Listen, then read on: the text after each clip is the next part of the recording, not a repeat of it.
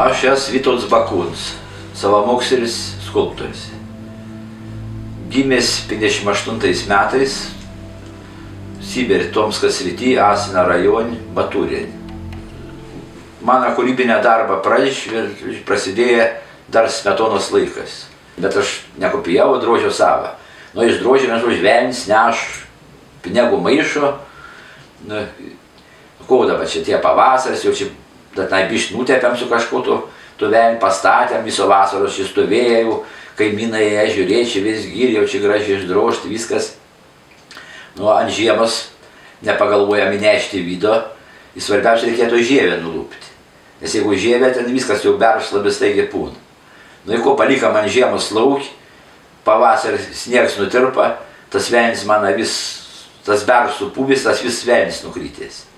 O jėtus man vėl ašaros, šitiek dirbo ko ir... Nu, ir ko dabar?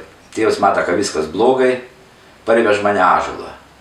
Parvežė ąžuolą, nu tai jau iš ąžuolą, tai va kažkur, būdams 7 klasiai, to pirmo skulptūrą išdrožė ąžuolinė. Tenai buvo pavaizduoti, nu tai 3 dainininkai, kada pušiai dienai yra pas seseris to.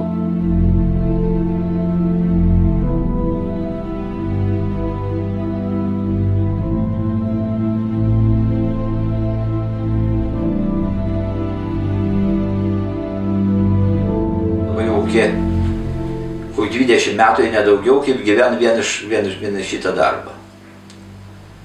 Čia dirbo kurį laiko seniūnijoje, net buvo, nu, čia įdarbins kaip stalis, bet jau visą Joniškėlį apstačiau skulptūrą. Vienintelė parodo 50-metį. Aš savo kaip skulptoriaus braižą priskryčia prie tokių grubesnių. Mane patenkt jos ten išlaižytos, kaip būna išglaustytos, ten baisiai jau nušlifuotos skulptūros.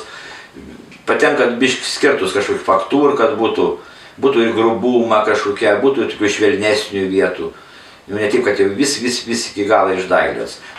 Ateičiai tai tokie būtų planai. Norėtus kažkaip pareiti ant mažesnės skulptūros. Nu, visai smulkios mane patenk, bet taip maždaug taip jau nuo pusę metrą, iki metrą, pusantrą, tokios jau, kad būtų galim kažkur kažkur uždaroje erdvėjos eksponuoti, ne vien tik kad laukį. Jeigu jau išeitų kartais paeiti ant tą mažą gabarytų, tai jau parodos tam jau savaime gautus jau.